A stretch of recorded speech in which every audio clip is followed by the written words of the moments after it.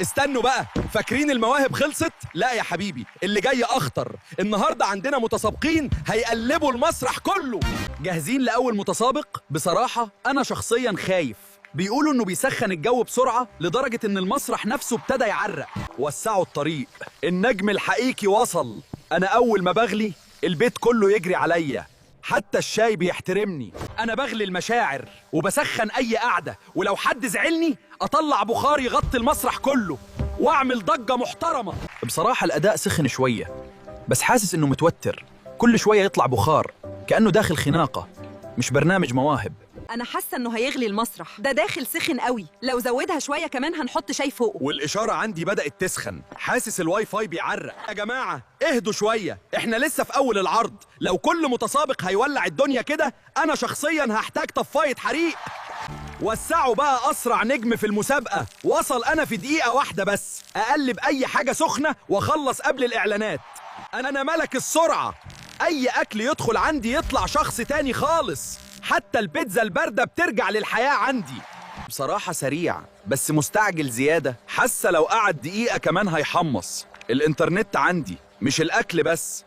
واضح إن المنافسة مولعة، بس اللي جاي أخطر بكتير. المتسابق الجاي تحديداً ممكن يحمص اللجنة كلها. استعدوا بقى، صباح التحميص. واضح إنكم مستنيين نجم كبير. أنا أي حد يقف قدامي أطلعه محمص زيادة من غير رحمة. أنا ملك القرمشة، أي عيش يدخل عندي يطلع بني ومبسوط. حتى العيش الفينو بيبقى عنده شخصية. أنا بموت ضحك، ده محميص الدنيا كلها. حاسة لو قرب مني شوية هيطلعني هدوم مكوية مش مغسولة. يا جماعة النت بيفصل، حاسس السخونية وصلت للإشارة. لو التوستر كمل العرض ده هنحتاج راوتر جديد مش لجنة تحكيم. جاهزين للمفاجأة الجاية؟ المتسابق ده تحديداً بيقولوا إنه بيشفط أي حاجة، حتى المنافسة نفسها. استقبلوا الشفاط، وسعوا الطريق. لقاه، ملك الشفط وصل. أنا أول ما أشتغل أي دخان يستخبى آح من الرعب. أنا بنظف الجو وبشفط أي مشكلة، حتى ريحة الطبيخ أخليها تختفي فوراً زي السحر. بصراحة الأداء نظيف، بس الشفط عالي زيادة.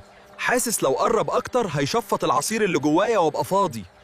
يا نهار أبيض، حس هدومي بتتشفط. والنت اختفى تماماً. الشفاط شفط الإشارة نفسها، مش هزار. يا جماعة وصلنا للحظة الحاسمة. بصراحة الليلة دي كل المتسابقين قلبوا المسرح، بس لازم فائز واحد. أنا متأكد إن هكسب. لا يا حبيبي، الجمهور كان بيضحك معايا. أنا أهم حاجة السرعة، وأنا أسرع واحد هنا. القرار صعب، كل واحد عنده مصيبة مختلفة. أنا لفيت من التفكير وفي لاج في النتيجة، مش قادر أحمل القرار.